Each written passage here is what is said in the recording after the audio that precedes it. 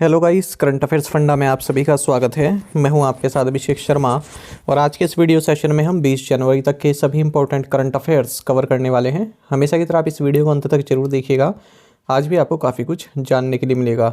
साथ ही गाइस, इस सेशन को शुरू करने से पहले आप सभी को बताना चाहूँगा, यदि आप हमारे daily current affairs PDF, weekly PDF, monthly PDF और हर महीने के banking and economic awareness PDF चाहते हैं तो करंट अफेयर्स फंडा का 1 ईयर मेंबरशिप प्लान आप ज्वाइन कर सकते हैं, जिसका लिंक आपको वीडियो के डिस्क्रिप्शन में या फिर फर्स्ट कमेंट में मिल जाएगा। आपको बता दें, इस 1 ईयर मेंबरशिप प्लान के तहत जितना भी हमारा PDF कंटेंट है वो हम आपको 1 साल तक के लिए प्रोवाइड कराते हैं, जिसे आप डाउनलोड कर सकते हैं, प्रिंट आउट भी निकलवा सकते हैं। इसके लिए चाहे तो आप करंट अफेयर्स फंडा ऐप को यूज़ कर सकते हैं या फिर अपने लैपटॉप या सिस्टम की मदद से वेब लॉगिन भी कर सकते हैं। कोई भी आपका एग्जाम हो, बैंकिंग, SSC, रेलवे या फिर स्टेट PCS, जहाँ पर भी जनरल अवेयरनेस या करंट अफेयर्स पूछे जाते हैं, सभी एग्जाम्स के लिए हमारा PDF कंटेंट काफ़ी यूज़फुल है। तो कोई भी अगर आपका डाउट है हमारे इस PDF कोर्स से संबंधित तो आप कमेंट बॉक्स में अवश्य लिखिएगा। चलिए फिर करते हैं शुरुआत इस वीडियो सेशन की। हमेशा की तरह सबसे पहले आज का क्वेश्चन देख लेते हैं। इसका आंसर आपको अभी कमेंट बॉक्स में करना है और काफ़ी महत्वपूर्ण क्वेश्चन भी है आपके आने वाले एग्जाम्स के लिए कराया हुआ क्वेश्चन है। Who is the author of why Bharat matters? Why Bharat matters पुस्तक के लेखक कौन है? ऑप्शंस हैं S जयशंकर, शशि थरूर, निर्मला सीतारमन या फिर अरविंद पनगड़िया। तो जल्दी से आप आंसर कर दीजिए, फिर हम आगे बढ़ते हैं। और इसी तरह क्वेश्चन यदि आप प्रैक्टिस करना चाहते हैं तो हमें टेलीग्राम पर जरूर ज्वाइन करें। करंट अफेयर्स फंडा नाम से हमारा टेलीग्राम चैनल है।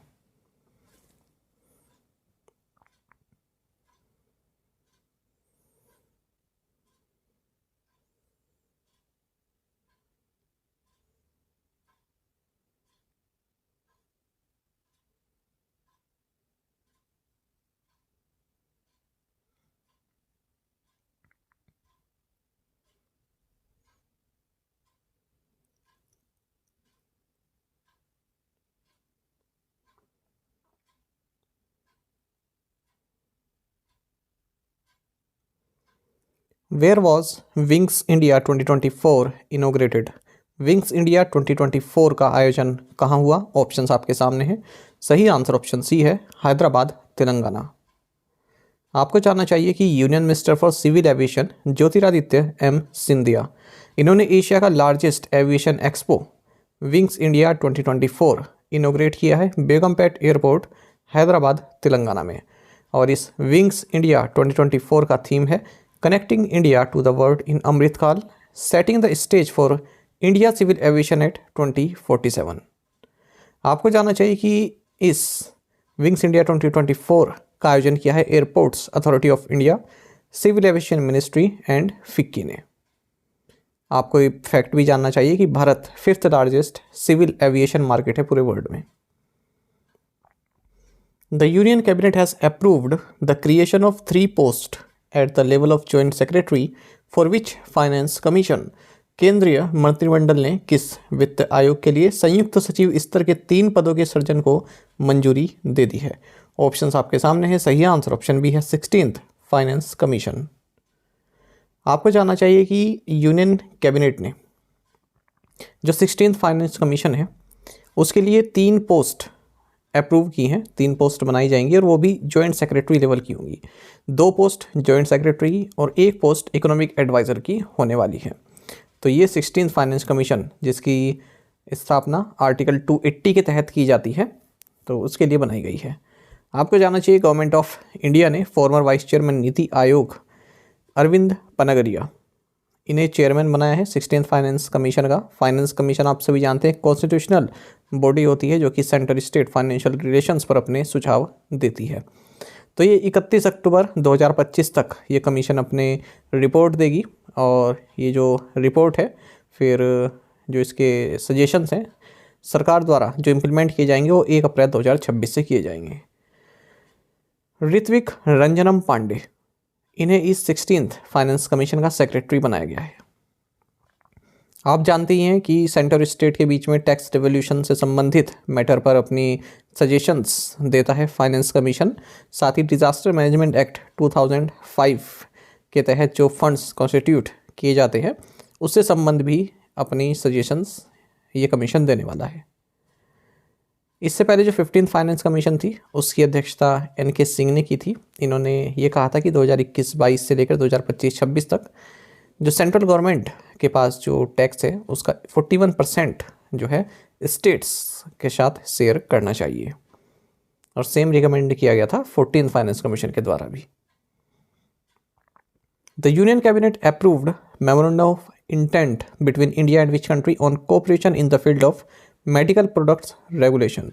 केंद्रीय मंत्रिमंडल ने चिकित्सा उत्पादों के विनियमन के क्षेत्र में सहयोग पर भारत और किस देश के बीच आशय ज्ञापन को मंजूरी दी। सही आंसर ऑप्शन डी है नीदरलैंड्स।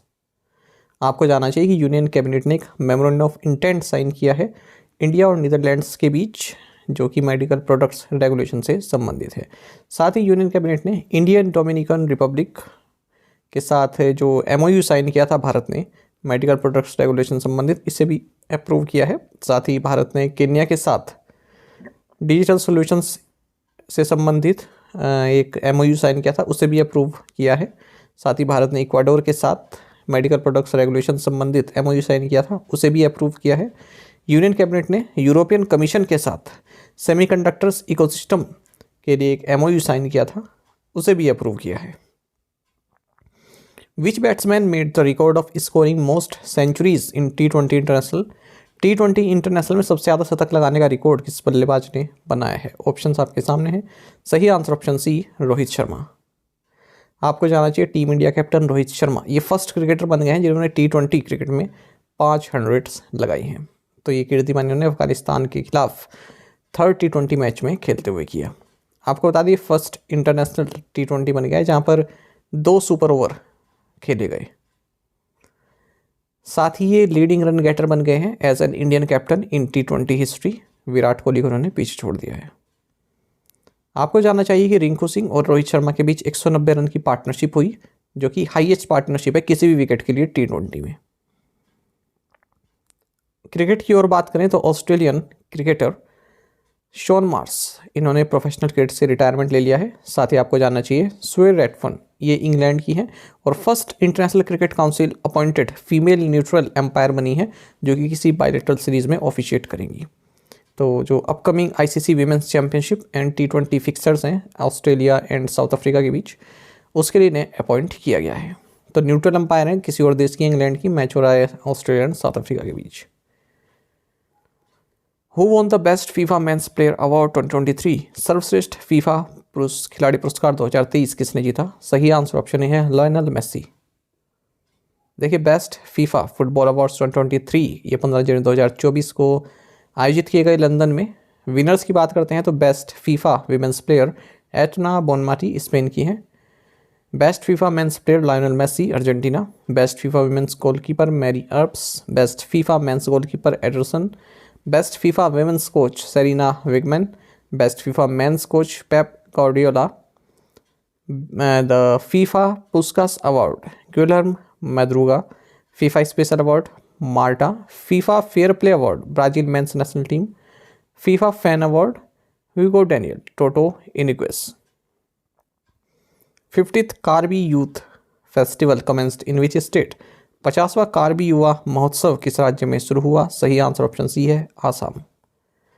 देखिए कार्बी यूथ फेस्टिवल 2024 ये कार्बी एंगलोंग डिस्ट्रिक्ट जो कि आसाम में है, यहाँ पर इसकी शुरुआत हुई और इस बार इनकी ये 50th एनिवर्सरी है इस फेस्टिवल की।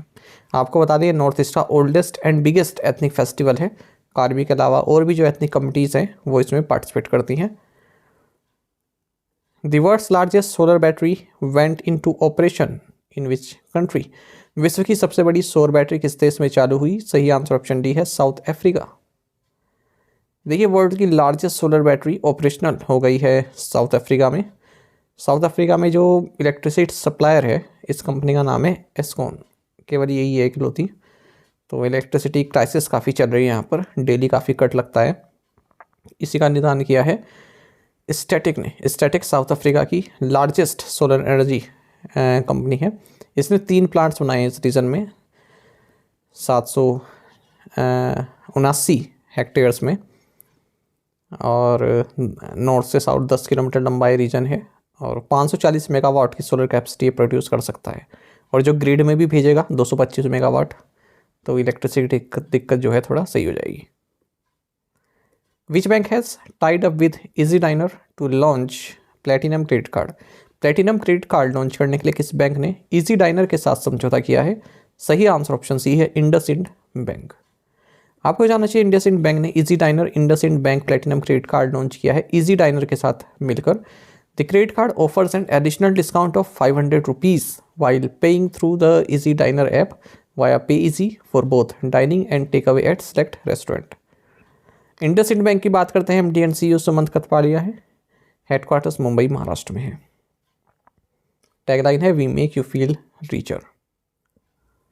साथ ही आपको जानना चाहिए कि मैक्स लाइफ इंश्योरेंस ने mid cap momentum index fund launch किया है, जो कि unit linked insurance plan segment में अपने आप का एक पहला फंड है। The RBI has approved the appointment of Praveen Achuthan Kutty as the MD and CEO of which bank? RBI ने किस बैंक के एमडी और सीईओ के रूप में प्रवीण अच्युतन कुट्टी की नियुक्ति को मंजूरी दी है? सही आंसर ऑप्शन बी है, डीसीबी बैंक। देखिए, रिजर्व बैंक ऑफ इंडिया ने प्रवीण अच्युतम कुट्टी को डीसीबी बैंक के managing director and chief executive बनाने की मंजूरी दे दी है।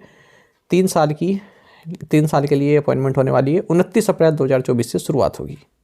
डीसीबी बैंक की बात करते हैं, MD and CEO Murali M Natarajan है और हेडक्वार्टर्स मुंबई महाराष्ट्र में है। साथ ही ये कल अभिलाष हैं, मिस्टर अभिलाष, इनका एक कमेंट आया तो काफ़ी अच्छा लगा। देखिए, जैसे जैसे एस्पिरेंट्स आ रहे हैं, जैसे जैसे उन्हें अपने आप में अंतर लग रहा है कि हाँ करंट अफेयर्स पढ़ने में मज़ा आ रहा है या फिर फालतू का मटेरियल नहीं है, केवल जितना काम का है उतना है, और जहाँ पर काम का है वो भी फिर मैं आपको 1-2 पेज का बता देता हूँ, है ना, जिससे आपकी नॉलेज बढ़े। तो धीरे धीरे वर्क को रिकॉग्नाइज़ कर रहे हैं आप लोग, तो आपका बहुत बहुत धन्यवाद। बस इतनी रिक्वेस्ट है कि किसी और चैनल के साथ ना नाम लिखा करें कि उनसे अच्छा है, इससे अच्छा है, ठीक है, सबका जैसा है, ठीक है। फिर मेरे को हाइड करना पड़ता है तो सही नहीं लगता। The Reserve Bank of India has imposed a monetary penalty of what amount on New India Cooperative Bank Limited, Mumbai? भारतीय रिजर्व बैंक ने new India cooperative bank limited Mumbai पर कितनी राशि का मौद्रिक जुर्माना लगाया है? ऑप्शंस आपके सामने हैं। सही आंसर ऑप्शन डी है, 15 lakh rupees. Reserve Bank of India ने 15 लाख रुपीज़ की मॉनेटरी पेनल्टी लगाई है New India cooperative bank limited Mumbai पर for non compliance with the directions issued by RBI on donations contributions for public charitable purpose out of profits of UCBs. RBI ने 50 लाख रुपए की monetary penalty लगाई है NKGSB cooperative bank limited Mumbai पर। Reserve Bank of India के जो KYC directions हैं इनका पालन नहीं किया। आरबीआई ने 7 लाख रुपए की मॉनेटरी पेनल्टी लगाई है महसाना नागरिक सहकारी बैंक लिमिटेड गुजरात पर।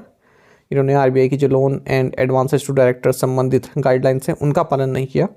आरबीआई ने 2 लाख रुपए की मॉनेटरी पेनल्टी लगाई है इरार नागरिक सहकारी बैंक लिमिटेड गुजरात पर।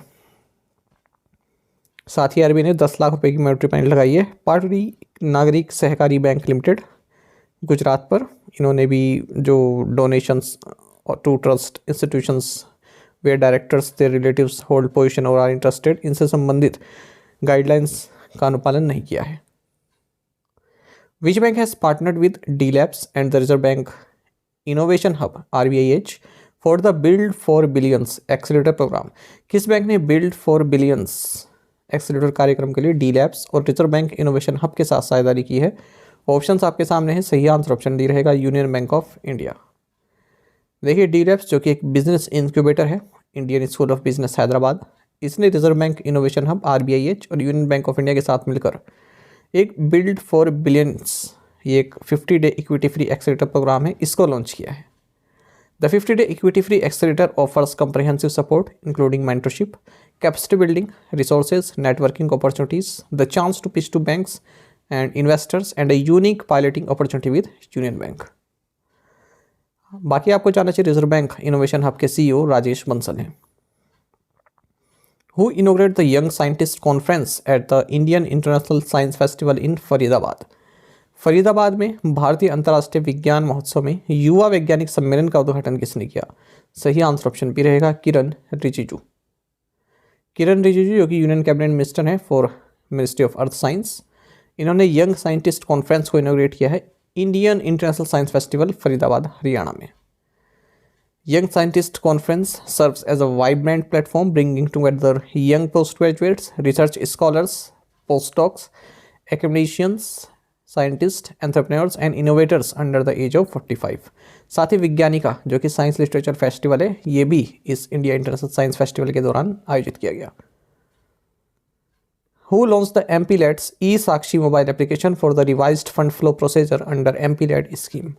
MPLAD योजना के तहत संशोधित निधि प्रवाह प्रक्रिया के लिए MPLAD's e-Sakshi मोबाइल एप्लीकेशन किसने लॉन्च किया? सही आंसर ऑप्शन बी है राव इंद्रजीत सिंह।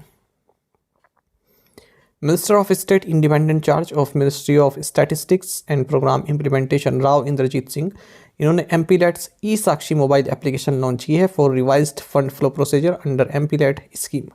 MPLAD का मतलब है members of parliament local area development scheme. पहली बार 1993 में इंट्रोड्यूस की गई थी। ये कई बार एग्जाम में पूछा जाता है, बैंक एग्जाम में तो नहीं पूछते पर RBI में पूछा जाता है, RBI ग्रेड बी में। बाकी के जो एग्ज़ाम होते हैं उनमें पूछ लेते हैं। 1993 में इसकी शुरुआत हुई थी। फुली फंडेड है गवर्नमेंट ऑफ इंडिया के द्वारा और इसमें जो MPs हैं, ठीक है, उनके पास अथॉरिटी रहती है कि वो फंड जो है डायरेक्ट डिस्ट्रिक्ट अथॉरिटीज़ को ग्रांटीनेट के रूप में दे सकते हैं। अच्छा, जैसे फंड रिलीज होता है ये नॉन लैप्सेबल होता है, यानी कि समय सीमा के तहत अगर खर्च नहीं हुआ है तो अगले सत्र के लिए वो जुड़ जाता है फिर उसमें ही। फिलहाल जो एनुअल एंटाइटलमेंट है पर MP पर कॉन्स्टिट्यूंसी ये 5 करोड़ रुपये है। तो 5 करोड़ रुपये MP जो है खर्च कर सकते हैं इस स्कीम के तहत। जो इलेक्टेड लोकसभा मेंबर्स हैं वो तो केवल अपनी कॉन्स्टिट्यूंसीज में इसको खर्च कर सकते हैं। जो इलेक्टेड मेंबर्स ऑफ राज्यसभा हैं वो अपने राज्य में जिससे भी चुनकर आए हैं वहाँ कहीं भी खर्च कर सकते हैं। जो नॉमिनेटेड मेंबर्स हैं वो कहीं भी पूरी कंट्री में उसको खर्च कर सकते हैं। Which subsidiary of the National Payments Corporation of India signed MOU with Google India digital services to expand UPI to countries beyond India? National Payments Corporation of India की सहायक कंपनी ने भारत से बाहर देशों में UPI का विस्तार करने के लिए गूगल इंडिया डिजिटल सर्विसेज के साथ समझौता ज्ञापन पर हस्ताक्षर किए। सही आंसर ऑप्शन डी है NPCI international payments. Google India digital services और NPCI इंटरनेशनल पेमेंट्स जो कि होली ओन्ड सब्सिडरी है national Payments Corporation of India NPCI की, इससे तो इन्होंने मेमोरेंडम ऑफ अंडरस्टैंडिंग साइन किया है जिसके तहत जो UPI है उसको भारत से बाहर भी ऑपरेशनल बनाया जाए। NPCI इंटरनेशनल पेमेंट्स लिमिटेड यानी कि NIPL के CEO हैं Ritesh Shukla. Which of the following is not the best performer under category A of the state's startup ranking? निम्नलिखित में से कौन राज्यों की स्टार्टअप रैंकिंग की श्रेणी A के तहत सर्वश्रेष्ठ प्रदर्शन करता नहीं है? ऑप्शंस आपके सामने है। सही आंसर ऑप्शन डी है Himachal Pradesh. Most important question है, ध्यान से देखिएगा। आपको जानना चाहिए हाल ही में स्टेट्स स्टार्टअप रैंकिंग को रिलीज किया है department for promotion of industry and internal trade DPIIT के द्वारा। स्टेट्स स्टार्टअप रैंकिंग की शुरुआत फरवरी 2018 में हुई थी और जो 4th एडिशन एक्सरसाइज का ये लॉन्च किया गया 2022 में। यहाँ 7 रिफॉर्म एरियाज कवर किए गए इस रैंकिंग में। टोटल 25 एक्शन पॉइंट्स कवर किए गए जिनका स्कोर रहा 85 मार्क्स और ओवरऑल स्कोर 100 मार्क्स का रहा है। ये जानकारी महत्वपूर्ण होती है, याद रखिएगा। इस एडिशन में जो है सबसे ज़्यादा पार्टिसिपेशन देखा गया क्योंकि 33 स्टेट्स एंड यूनियन टेरिटरीज ने इसमें पार्टिसिपेट किया। अच्छा, इसमें 2 स्टेट्स एंड यूनियन टेरिटरीज को 2 कैटेगरी में बांटा गया। एक तो है कैटेगरी ए जहाँ पर पॉपुलेशन मोर देन 1 करोड़ है, दूसरा है कैटेगरी बी जहाँ पर पॉपुलेशन लेस देन 1 करोड़ है। देख लेते हैं अब इस स्टेट्स स्टार्टअप रैंकिंग फ्रेमवर्क 2022 के रिजल्ट्स। ठीक है, 2022 की रैंकिंग है, अब लॉन्च हुई है 2024 में। कैटेगरी ए स्टेट्स की बात कर लेते हैं, पॉपुलेशन मोर देन 1 करोड़। तो देखिए बेस्ट परफॉर्मर में गुजरात, कर्नाटक, केरल एंड तमिलनाडु रहे हैं। यही हमारा क्वेश्चन था। हमारे ऑप्शन में बस एक हिमाचल प्रदेश था तो वही रॉन्ग हो गया था। टॉप परफॉर्मर में महाराष्ट्र, उड़ीसा, पंजाब, राजस्थान एंड तेलंगाना। लीडर में आंध्र प्रदेश, असम, मध्य प्रदेश, उत्तर प्रदेश एंड उत्तराखंड। अब अपने अपने राज्यों का देखते जाना क्योंकि वहीं से पूछे जाते हैं। जैसे उत्तर प्रदेश के एग्जाम आ रहे RO, ARO, PCS, तो वहाँ पर पूछ सकते हैं कि लीडर कैटेगरी में कितने स्टेट्स हैं उत्तर प्रदेश के अलावा या फिर उत्तर प्रदेश के को मिलाकर। ठीक है, उत्तराखंड का, मध्य प्रदेश का, ऐसे ही पूछ सकते हैं किस कैटेगरी में उत्तर प्रदेश टॉप परफॉर्मर में है, बेस्ट परफॉर्मर में या फिर लीडर कैटेगरी में। एस्पायरिंग लीडर में बिहार एंड हरियाणा है। इमर्जिंग इकोसिस्टम में छत्तीसगढ़, दिल्ली एंड जम्मू एंड कश्मीर है। अब देखते हैं कैटेगरी बी स्टेट्स जिनकी पॉपुलेशन लेस देन 1 करोड़ है। तो इसमें बेस्ट परफॉर्मर हिमाचल प्रदेश रहा है। तो अगर हम अपना क्वेश्चन देखें तो बेस्ट परफॉर्मर ये थे और हिमाचल प्रदेश भी है बेस्ट परफॉर्मर, लेकिन best performer population less than 1 crore में आता है। ठीक है, तो बेस्ट परफॉर्मर तो है हिमाचल प्रदेश, बस कैटेगरी दूसरी है। Top performer Arunachal Pradesh and Meghalaya. Leader में Goa, Manipur and Tripura. Aspiring leader में Andaman and Nicobar islands and Nagaland. और इमर्जिंग इकोसिस्टम में Chandigarh, Dadar and Nagar Haveli and Daman and Diu, Ladakh, Mizoram, Puducherry and Sikkim. बाकी कुछ वैसे अवार्ड भी दिए हैं कंपनीज को, ये भी देख लीजिएगा। Best startup of the year चुना गया है सैफ ऑटोमेशन सर्विसेज, विशाखापट्टनम, आंध्र प्रदेश।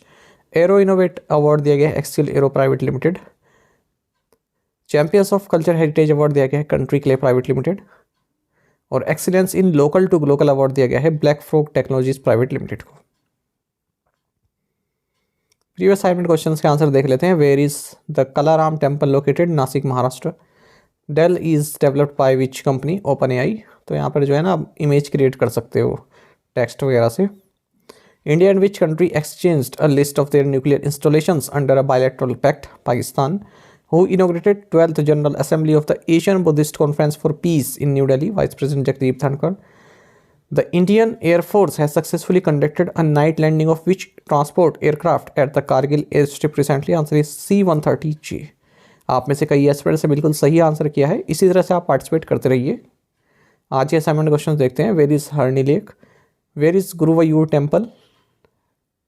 कातिल यक्षगना मेला is organized in which state? Which ministry has organized an exclusive event titled Reinvent, Rejoice, Reboot and Reimagine?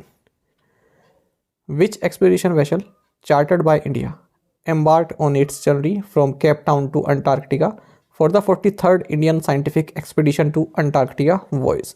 इन पांचों क्वेश्चंस के आंसर आपको कमेंट बॉक्स में करने हैं। यदि एक क्वेश्चन का आंसर भी आता है तो भी आप हमें कमेंट बॉक्स में बता सकते हैं। ज़्यादा से ज़्यादा संख्या पार्टिसिपेट किया कीजिए।